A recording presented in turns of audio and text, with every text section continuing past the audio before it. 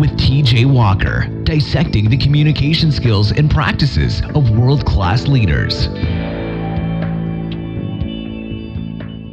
Hi, I'm TJ Walker. Thanks for joining me for this weekend edition of Speaking with TJ Walker. Now, if this is your first time encountering the show, this probably isn't where you should start. The format of our show each day, Monday through Friday, is an in-depth interview with someone who is an influencer, someone successful, and someone who excels at some aspect of communication. We dissect what they do and learn from them. The weekend is a little bit different. This is where I answer your questions about public speaking, communication, speaking to the media. It's also where I compile all my analysis of media training issues, good and bad interviews of the week, and I pull the audio from my short YouTube clips. If you want this in more or less real time, same day, you need to subscribe to my YouTube channel. Just go to youtube.com/media training. But if you want it all in one condensed spot, once a week on the weekend, you can get it right here. Thanks so much. Let's hop in. It's been, for an August, a fun, interesting week. Soundbite of the day, of the week, and of the month goes to Andrea Tantaros, the former Fox News commentator who is currently in litigation against that network.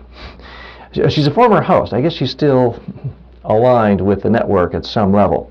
Here, she's filed a lawsuit. Here's the quote. You've probably seen it. I want to dissect it.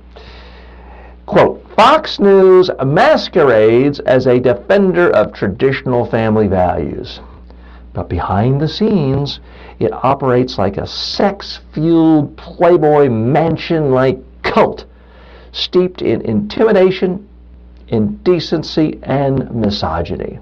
Now, I have no idea if Ms. Tantaro's lawsuit has any validity, whether she'll win, but I do know one thing. She does know how the media world operates. She certainly knows a soundbite what will get attention. She or her advisors or her lawyers knew when you put a quote like that in, it is destined to get played not once, not twice, but in thousands and thousands and thousands of stories. That's exactly what's happened. Now, when she launched the suit earlier this week, it of course got major play in all media, but especially the New York Times. This is the third paragraph. Now, let's analyze the quote. It's a brutal attack. It's an attack. Reporters love attacks. Now, you can put into this, the mix, the fact that many of the so-called mainstream media hate Fox News, hate Roger Ailes, and they love latching on to something like this to beat up their ideological enemy. All well and good. Ms. Tantaros realized that, I think, and is playing into that. I would contend that even if a reporter or host at CNN or the New York Times made a charge with this many soundbite elements, it would get almost as much play. But she's using the term masquerade, mocking them for family values. The behind-the-scenes element, descriptive, sex-fueled, attack, vivid, emotional. Playboy mansion evokes images of pop culture, like cult, attack. Steeped in intimidation, emotion, attack. Indecency, attack. Misogyny, attack. So right there, in really one sentence, you have more than a dozen soundbite elements. It contains very forceful attacks, absolutes, emotions, pop culture references, humor, specific example. I don't know, I believe she's written a book before that has not won a Pulitzer Prize. If there were Pulitzer Prizes for sound bites, this would get it, because she contains almost every single element. When I saw this, I commented to friends and colleagues at the time. I said, it's going to be a rule now. Any reporter who ever does a story about Fox News or Roger Ailes for the next 100 years will include this quote. And sure enough, ever since I've been seeing that. Here it is, a couple days after that. Completely different story about another personality at Fox. And sure enough, in the fourth paragraph, it says, and it's a quote from someone else, Fox News masquerades as a defender of traditional family values, but behind the scenes it operates like a sex-fueled Playboy mansion-like cult steeped in intimidation, indecency, and misogyny. It's going to get played again and again and again. Is it fair? I'll leave that to others. The real lesson here is if you want to be quoted and you want your quotes not just to be in one story, but to become embedded into a larger story, a larger institution's message, you've got to contain sound bites. Now, I'm not asking you to attack, make up stuff, but if you're going to hit hard, it was certainly, it would appear to be Ms. Tantero's goal to hit back against an institution that she felt did her harm and didn't treat her fairly, and wow, did she hit hard. She delivered a punch, it landed, and it's going to continue to shake to the foundation of Fox, I predict, for not days, weeks, months, but years. Is this going to bankrupt Fox? No, it's a wildly profitable news channel. It's the most profitable element of all of Rupert Murdoch's holdings, his 21st century Fox holdings. But it's still going to be a permanent blemish. What's the most important influential thing to ever happen to Anthony Robbins? Well, he has a new movie out, I'm Not Your Guru. And the movie is a little light on personal revelations from Anthony Robbins, but the one thing I'd never heard before and struck me as interesting is he talked about this magical moment when he was in high school, and he was not a particularly good student, when his teacher pulled him aside and said, "You're the best public speaker." He was in a public speaking class, and he said, "You're the best public speaker I've ever seen. You're really going to be something." And to Anthony Robbins, that was the first time he'd really gotten such strong, positive approval about anything he'd ever done. So it wasn't just going to a seminar, it wasn't reading a book by Jim Rohn or some other philosopher, it wasn't mysticism and thinking original thoughts or some great other brilliant thinker. It was public speaking. And you may like his philosophy, you may like his, what he calls technologies, his ideas on NLP, all of that flow, and you may like his books and videos, and I think some of his stuff is good. But it all flows from initial mastery of this one skill, public speaking. And the thing I find humorous is tens of thousands of people flock to him every year trying to learn how to be successful, but trying to learn about this other stuff. Oh, do I eat grapefruit the first thing in the morning? Oh, am I sharing enough with my neighbor about my goals for life? Frankly, most of them would be a lot better off if they actually did what Tony did, which is first master public speaking. Become really good at public speaking, you're probably going to do a lot better in whatever existing job you have. Teacher, salesperson, customer service person, mid-level executive at a company. Master public speaking. And certainly Tony Robbins doesn't hide the fact that he takes public speaking seriously. But it's a little bit of frustration to someone in my field who, as a public speaking expert and trainer, when I constantly see people who are wildly successful, and to me it's obvious it's because they learn how to speak more effectively, not because they're smarter, brighter, or hardworking, and yet everyone wants to glam onto something else that, oh, it must be about your meditation techniques. Oh, it must be about the green protein drink you drink first thing in the morning. And people are looking constantly, or always, for some other secret to success, and it's staring them right in the face sometimes. And Anthony Robbins, to his credit, mentions it in his movie. It was about excelling at public speaking. So if you want to be successful, you want to be the next Anthony Robbins, actually learn, or whatever is success in your own world, in your own field, learn how to be a great public speaker first. It's a lot easier than going to 6-day seminars all over the world. Oro has seen her contract with U.S. Soccer canceled. Why did this happen? The longtime goalie for the U.S. soccer team called the Swedish players, quote, a bunch of cowards. And that did not sit well with officials at U.S. Soccer. Now, some have suggested that her better playing days are behind her, and U.S. Soccer was simply looking for a way to terminate her, get rid of her. She certainly didn't help by calling other players a bunch of cowards. Here's the confusing thing for a lot of people. Some people look at someone like a Donald Trump, who's always attacking people, saying you're weak, you're pathetic, you're a loser. And at least in the first year and a couple of months of Donald Trump's campaign, he's been rewarded. He's been rewarded repeatedly by polls, by elections, by getting the Republican nominations. And he certainly does get a lot of media attention. The problem, however, is unless you have a completely 100% independent power base, it's not enough to simply get attention. You have to look at the larger politics behind a situation. Now, everyone loves to decry political correctness until their own ox is gored. In every institution, there are certain issues of sensitivity. There are certain alliances that have to be kept. And if you trash important people, organizations that are influential, you end up getting fired.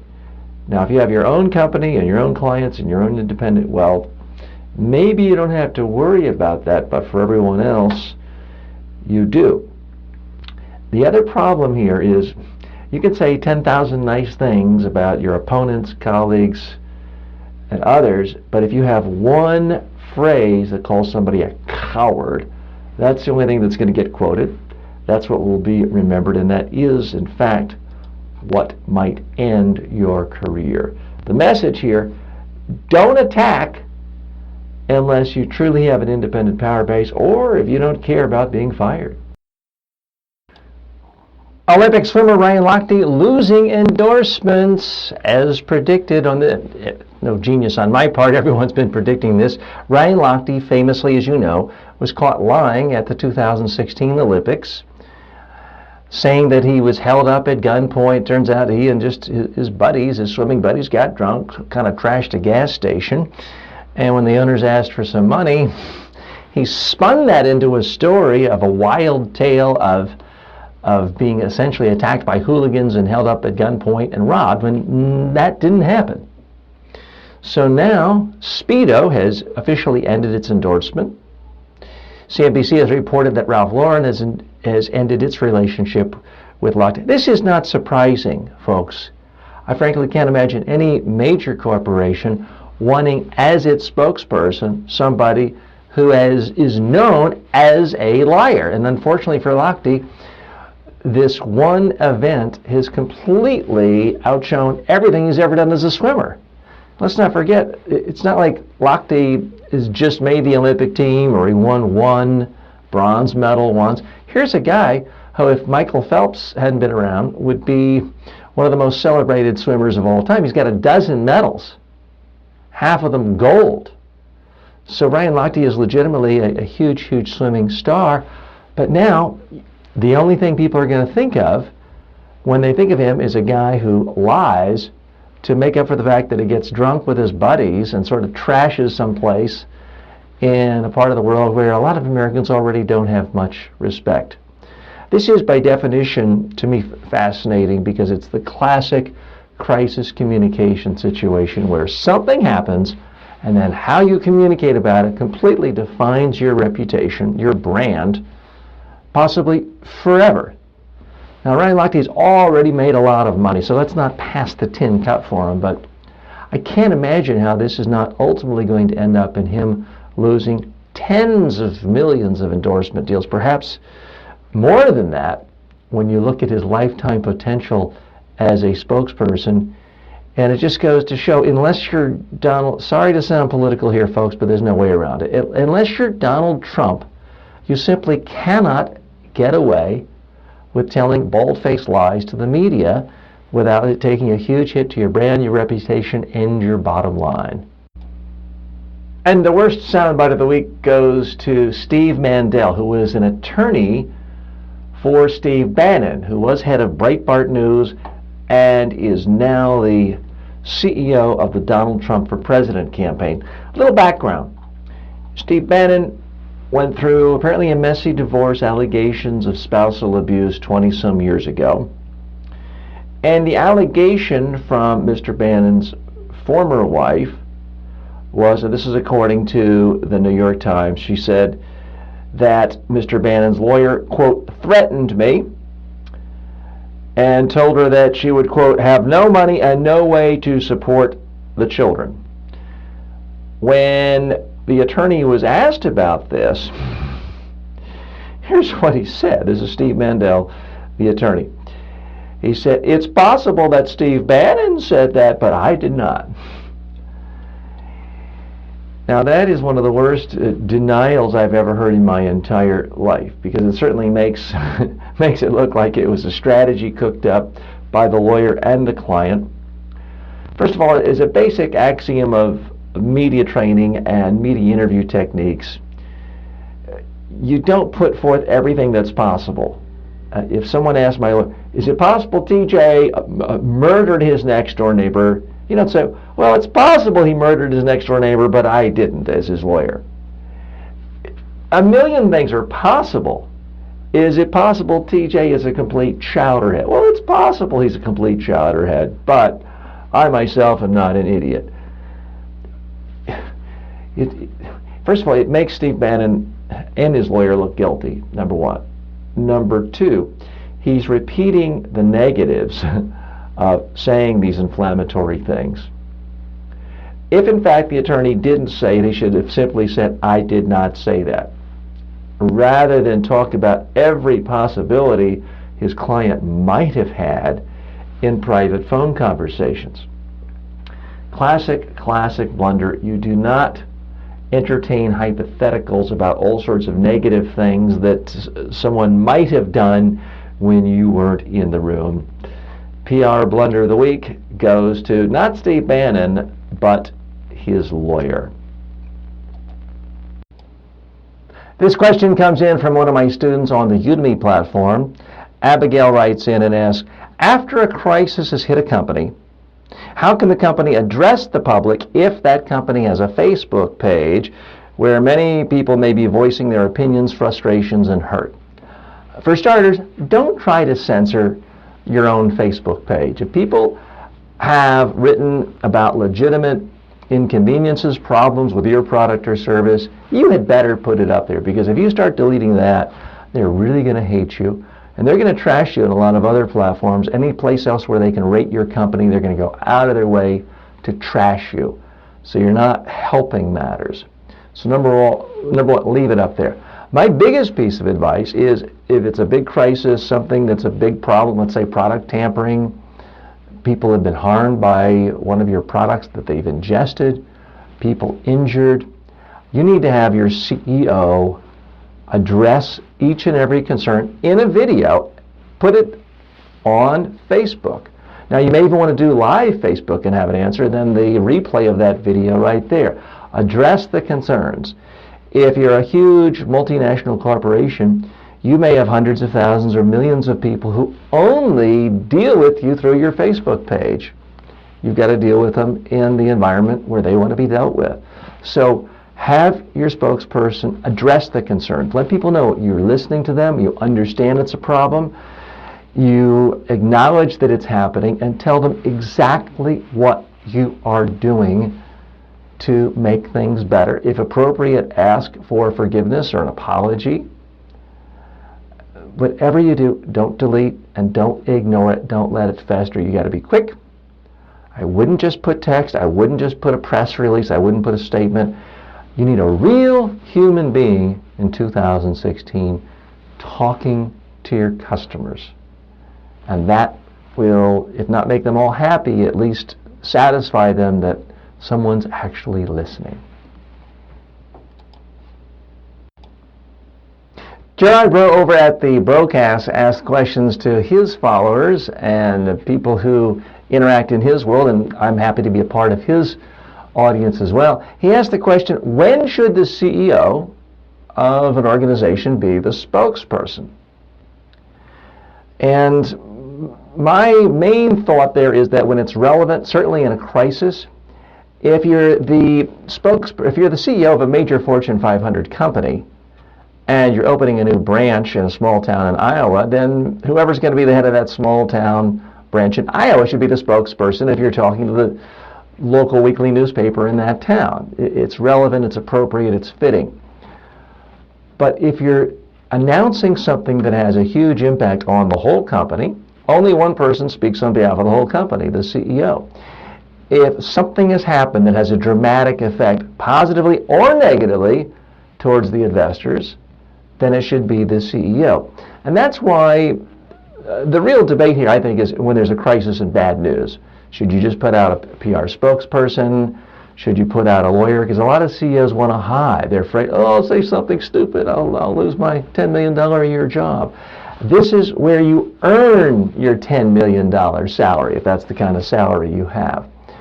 Because in a crisis, when it comes to the legal structure, the financial structure, the investment community, the reputation an organization has within a town, city, state, country, and the world, it's ultimately the responsibility of the CEO. So that's why I believe it is a huge mistake not to have the CEO as the spokesperson during a crisis. Again, you've got to be proportional. If you are CEO of a major oil company and in a small town in a small country has one oil truck fall over and it kills 3 chickens, that may be a big story to people in that town. It's not worthy flying the CEO to that small country. But if it is an oil spill in the Gulf of Mexico, it does make sense to have the CEO because the whole world is watching. Many CEOs try to hide at the first sign of trouble. Not the thing to do. Now, the thing to do that I believe Tony Hayward, the former CEO of BP, and some CEOs just don't do is they don't rehearse, practice, and get properly trained for the tough questions. They're used to the easy questions. Tell me how great your product is. Tell me why all our viewers should invest on CNBC. They're used to the easy, sycophantic questions. They're not used to the hard questions. But when the hard questions are coming, the answer is not to find some hapless 23-year-old, $23,000 a year assistant PR flack to go out and be the spokesperson. The solution is to step up yourself and take the questions.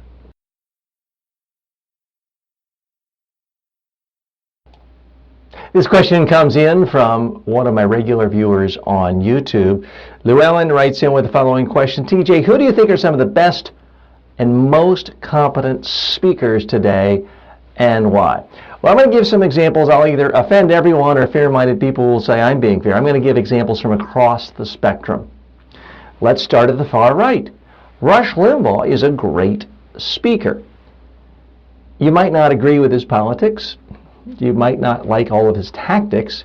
But here's a guy who has spoken to millions of people for 3 hours a day, every day, for almost 30 years. Now, I'm not a regular listener to him these days. I occasionally listen. I do remember the first time I heard him. I was hosting a radio show on one of the original 66 stations that carried Rush Limbaugh way back in 1988. I started hosting the show in 89, and let's just say Rush's radio career did a little better than mine. He is a talent in that he can just talk to himself for hours. He doesn't need guests. He doesn't need call-ins, although he does take them. And he can sound conversational, interesting, and believable, and occasionally humorous. He used to be a lot more humorous than he is now. But in the early years, 88 to 92, 94, really compelling. And you know what? He's still the kingpin of talk radio. So I rank him very high as a speaker. Continuing along the spectrum, the ideological spectrum, Bill O'Reilly. Bill O'Reilly is very different from Rush Limbaugh, not quite as doctrinaire, not quite as knee-jerk Republican on every issue, although probably 80% solid Republican conservative. he does come across more as the newsman and as someone who isn't trying to actively be a conservative Republican. And you cannot argue with his success. The #1 rated cable TV news show, and not for the last quarter or the last year or the last couple of years, but we're going on like 15 years, folks. It's a long, long time to be #1. Again, I don't necessarily buy into his ideological perspective. You don't have to. But his ability to string together ideas, project a worldview, have a narrative, have the right mix of actually having some real interviews and listening, also some showmanship, some theatrics, using other guests as a punching bag. He is a master communicator. And when you look at his massive success, I know the question's about best speaker, but you have to give Bill O'Reilly credit for also being wildly successful as an author with all of his killing series. Moving along the spectrum, let's go sort of in the middle of things, someone not particularly ideological, Howard Stern. Again, Howard isn't I've listened to him before, of course, who hasn't, but I'm not a regular fan. But the idea that he can just talk for hour after hour after hour, for decade after decade, on a daily basis and keep people interested, that's not an easy thing to do. Most folks, you put a microphone in front of them, and after about 7 minutes, they'd be like, I got nothing. I got nothing else to say.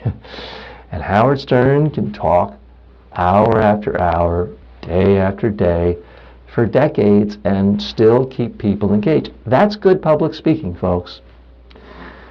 Moving further along is someone purely in sort of the Democratic left of center position, Bill Clinton. Pound for pound, no better public speaker in the world. I don't know why I say pound to pound. It doesn't mean anything, especially since Bill Clinton has lost so much weight. But Bill Clinton is still, I think, if you strip the politics out of it, if you don't happen to like his politics, is the best public speaker in the English-speaking world today, even though some say, oh, he's not quite as good as he used to be. I don't see that. Moving further along, looking at someone more overtly liberal, I would say a couple of the hosts, not many, but a couple of the hosts on MSNBC, I do think Lawrence O'Donnell comes across as urbane, insightful, and fair-minded and intelligent. That's very much a personal preference. So those are some of my speakers, Llewellyn. I'd love to hear from you. The problem, of course, is if you're judging someone on giving a pure keynote speech, so many people just can't see most of the speakers, so it's harder to judge. So I've used more media figures. And those who do see set speeches were kind of limited to the political realm. There were great speeches at both Republican and Democratic conventions in 2016 and 2012. To me, the standout speaker in 2012 at the Republican convention was Ted Cruz, which is the first time I had ever really seen him. Fantastic speech. There are good speakers everywhere. There are bad speakers everywhere as well. I'd love to hear from you. So, Llewellyn, please tell me who you think your favorite speakers are, and as far as anyone else listening or viewing, post your comments as well.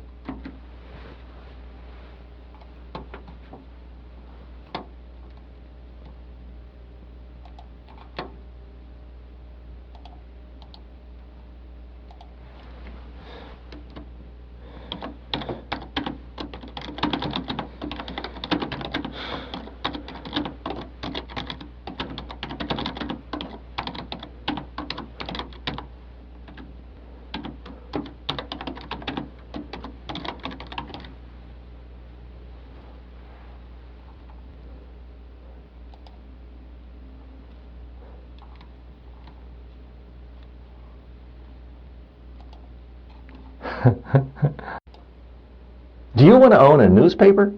That's the question put out by a newspaper based in Vermont, the Hardwick Gazette. And what they found is that no, nobody wanted to buy their newspaper. Now they're left with giving away the paper in a newspaper writing column contest, which is a little bit sad. It's a weekly newspaper, a small town. It has infrastructure, I guess printing presses of sorts, and what they're finding is there's no value. When you put something up for sale in the marketplace and there is not a single offer, you need to conclude that the value is zero, because that's what the market is offering.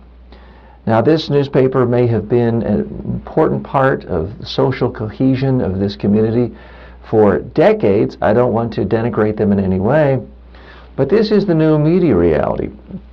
The cost, the means of production of creating media gets cheaper and cheaper and cheaper every year. Digital, pixel, storage space, everything, it just gets less expensive. The hard part is creating interesting content that people want to spend time with, whether it's reading an old-fashioned newspaper, looking on a screen, text, audio, video. And increasingly, the value of any media property is the new content you create and the audiences you can either bring in or keep. If it's a newspaper, the second you stop publishing for that day or you don't have a reporter, the value is zero. It's less than zero, because you have rent, electricity, and other hard costs associated with it. It is perhaps a sad ending to this newspaper, whether they get someone to buy it or win it and have to maintain it. If you win a prize that you paid nothing for, and you do it for a week or two and you realize you're losing money and spending a lot of time, good chance someone will just walk away. There's going to be news in the world. There's going to be new ways of communicating that news. But at some point, if you have an infrastructure that's based on paper, printing presses, overhead, it just might not work anymore. You have to cut your losses and throw it away. At some point, my own YouTube channel, my own podcast, my own website, blog included, we're only as good as the content we put out today. We're only real if we have an audience today. Otherwise, there's no inherent value to any of this. Thanks for listening to Speaking with TJ Walker, where the communication skills and practices of world-class leaders are dissected.